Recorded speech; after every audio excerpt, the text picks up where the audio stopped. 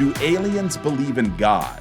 We have to at least consider the possibility that life exists outside of our planet, and that these beings may have formed their own ideas as to what happens to conscious life forms after they die. It's also possible that what we would consider the afterlife is simply a universal truth, and that there are more evolved beings in the universe who have a better understanding of what that is.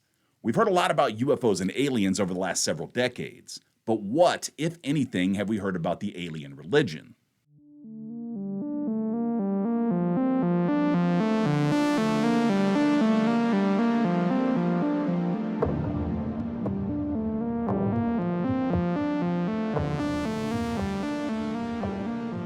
Religion is a fascinating subject. The idea of a higher power, a god.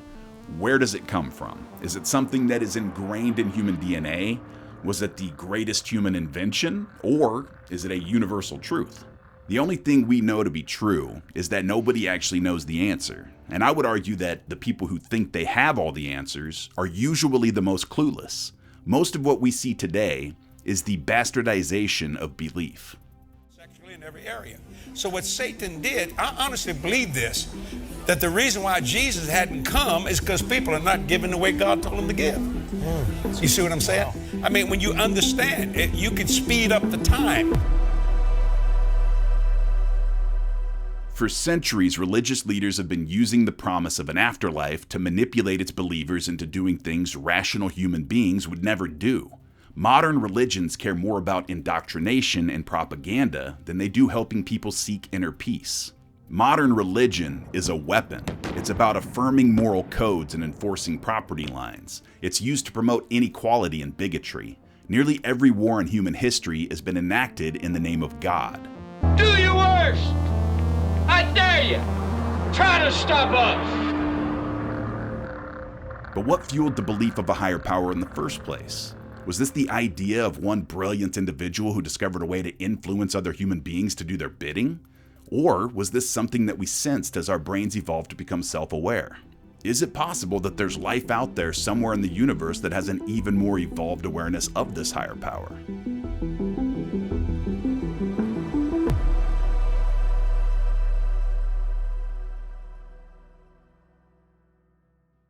In July 2023, an anonymous whistleblower, who we'll call Dave, posted a mysterious story to Reddit.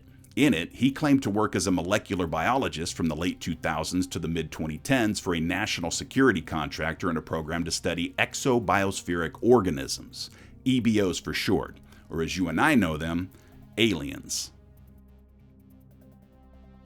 The reason for disclosing these secrets is quite simple. I believe that every human being has the right to know the truth, and that to progress, humanity needs to divest itself of certain institutions and organizations that will probably not survive these revelations in the long term. I'm aware that I'll have very little impact in this regard, but I still believe that small leaks are necessary to break the dam of misinformation on this subject. When the governments will eventually reveal these secrets, there will undoubtedly be a societal upheaval, but in my opinion, the longer we wait, the worse it will be. I choose to divulge what I know anonymously out of selfishness, for the well-being of myself and my family. I'm aware that this diminishes the reach and credibility of my message, but it's the furthest I am willing to go. Working in a basement out of sight from regular workers in an unnamed biomedical research lab in Fort Detrick, Maryland, research has allegedly been conducted on beings from another planet. Dave claims that a large amount of research has already been done on the alien bodies that have been recovered over time. Although the study of aliens has been going on for decades in other programs, the advancement of DNA technology of the late 90s presented an opportunity for new research in this area. Since then, several breakthroughs have led to significant advances in our understandings of the genome of these beings. What we've learned so far has enabled us to outline some disconcerting perspectives about our place in this universe. Briefly, we've discovered that the EBO genome is a chimera of genomes from our biosphere and from an unknown one. They are artificial, ephemeral, and disposable organisms created for a purpose that still partially eludes us. So what was Dave saying here? That's right, the DNA found in the EBOs seems to be at least partially artificial. The aliens were engineered.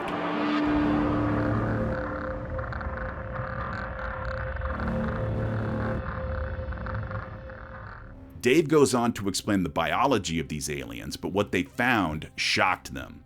The beings share a similar DNA to humans and can even be traced back to a similar ancestor, the eukaryote, but you would have to trace that back to practically primordial goo, which would make a solid argument for transpermia. One notable main difference Dave points out during their research was that it seemed as though the alien genes could be easily manipulated. It's thought that the aliens are genetically modified, or possibly even grown to perform certain tasks, making certain beings more equipped for things like space travel, which would make a lot of sense for an advanced species. No proteins have been identified in the EBO genome that interacts with the tripalindromic region. Rather, we believe that these proteins are exclusively targeted by external genetic engineering tools, probably used at the zygotic stage of embryonic development. The nature of these tools is unclear, but we definitely don't have anything like them. The probable absence of these proteins from the genome is a further indication of their artificiality. Given the high probability of artificiality of their genome and the apparent ease of modifying it with biomolecular tools, it's not out of the question that there could be polymorphism between individuals depending on their role and function. In other words, an individual could be genetically designed to have characteristics that give it an advantage in performing a given task, like soldier ants and worker ants in an anthill. Human beings have just started dabbling with genetic manipulation. We've barely scratched the surface. But imagine what kind of modifications we can make after centuries of research. The genetic modifications that we've already managed to accomplish are pretty amazing, from treating genetic diseases to modifying food crops to withstand pesticides or changes in climate. One company even plans to resurrect the dodo. On the outside, the aliens look a lot like us. They have 2 arms, 2 legs, a head with 2 eyes, a mouth, and a nose. But there's also a lot of differences, from bizarre skin-tight gray suits to weird anatomy. The gray skin that is often described in folklore is in fact a biosynthetic film, which likely serves to protect the EBO from a hostile environment. It doesn't provide effective protection against temperature changes, but it does offer adequate protection against the passage of liquids.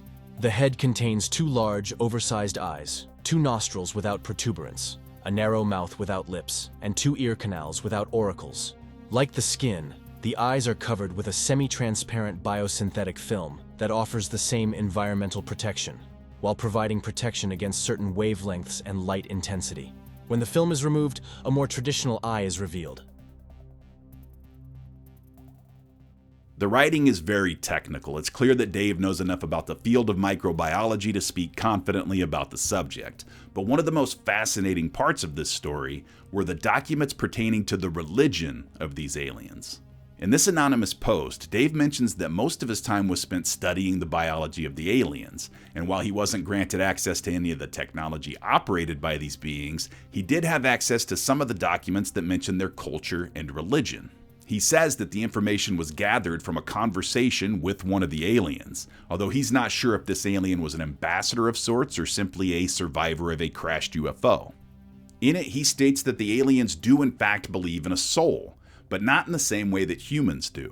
In most of our religions, we believe that our souls remain intact after we die, that we become an energy of sorts, but we remain as our individual selves for eternity. The aliens, however, believe that the soul is not an extension of the individual, but rather a fundamental characteristic of nature. As Dave describes it, it's more like a force, like gravity. The soul as we know it is just one part of a much bigger picture, a collective consciousness that they call the soul field.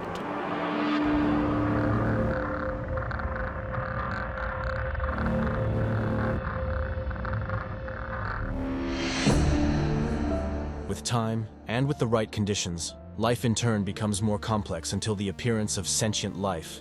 After reaching this threshold, the field begins to express itself through these sentient beings, forming what we call the soul. Through their life experiences, sentient beings will in turn influence the field in a sort of positive feedback loop.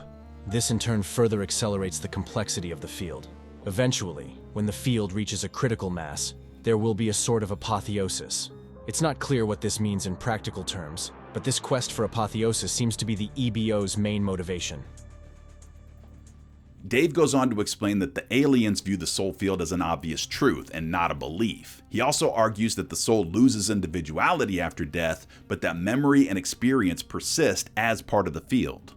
This fact would influence the philosophy and culture of the aliens, resulting in a society that doesn't fear death or place any importance on individuality. This belief compels them to seed life, shape it, nurture it, monitor it, and influence it for the ultimate purpose of creating this apotheosis. And as a result of this obvious truth, they have little or no respect for an individual's well-being. If this information is true, it has the potential to be dangerous. Throughout history, there have been reports of strange phenomena, lights in the sky, metallic objects moving in ways that break our understanding of physics, and even abductions. Those of us in the UFO community that pay attention know that there are objects in the sky that cannot be explained. The evidence has become so overwhelming that the Pentagon has come forward and admitted the existence of UFOs. In 2023, history was made when Congress held a hearing on the subject of UFOs. In it, Representative Robert Garcia, the top Democrat on the subcommittee, said this in his opening statement. Now, the sheer number of reports, whistleblowers, and stories of unidentified anomalous phenomena should raise real questions and warrant investigation and oversight. And that's why we are here today. People are finally taking the UFO phenomena seriously, but what doesn't make sense are the lengths that world governments go to keep us in the dark, unless the truth is too dangerous. If you're dealing with civilizations that are 10 to the 6th to 10 to the 7th years, hundreds of thousands to millions of years, technologically more developed than we are, every manifestation of their technology would look like magic to us. Most people today don't even seem to care about the topic of UFOs. When the Pentagon came forward admitting their existence, it barely made waves. The same is true for the congressional hearing on the subject. People don't care. So the idea of people not being ready to learn the truth about life existing outside of our planet doesn't seem to be the motivating factor behind the secrecy. So let's think outside of the box when it comes to valid reasons. 1. Alien technology. If we manage to gain possession of an alien vehicle, as numerous whistleblowers have claimed we have, the technology would change the world. The power it would take to propel one of these vehicles would be immense. UFOs don't appear to use traditional Earth technology propulsion systems. They seem to run on an energy that harnesses the power of gravity itself, and they do it without burning fossil fuels. Whatever it is that fuels these vehicles would seem to offer near limitless power while using very little resources. If our government managed to reverse engineer this technology using taxpayer money and then hiding that technology from the American people, there would be severe blowback. This technology would mean practically free energy, something that we could all agree is a good thing. No more gas and electric bills. But, to be quite honest, this is something that our current trade-based economy is not ready for. Entire industries would crumble. Another reason being the power that this technology would give to the first humans who discover it. This technology would mean instantaneous travel to different planets, force fields, and weapons that make nuclear bombs pale in comparison.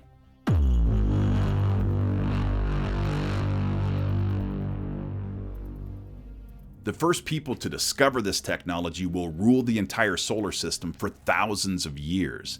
If there were a silent race to reverse engineer alien technology between world governments, each would place their research under the highest level of classification as possible out of fear of their enemies discovering their progress.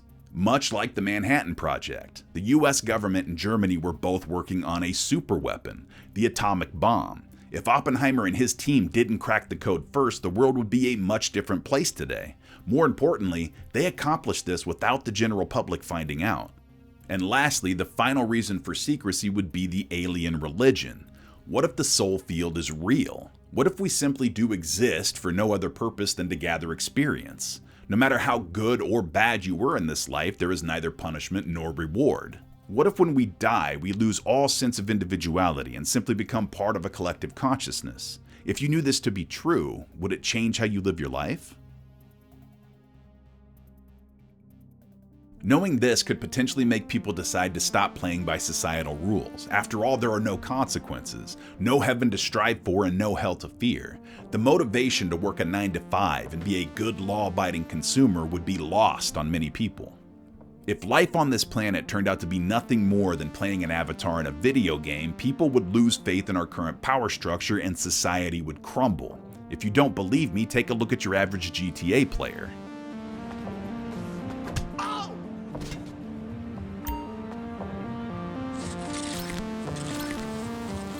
But think about it.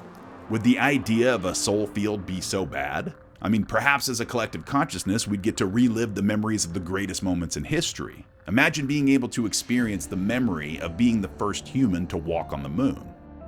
Or maybe even just being able to live inside some of your own most favorite memories for as long as you want. The universe is a big place, so big our human brains can't even comprehend its actual size. In my opinion, it's a pretty shallow worldview to think that there's no purpose to our lives, and as far as religions go, you can do much worse.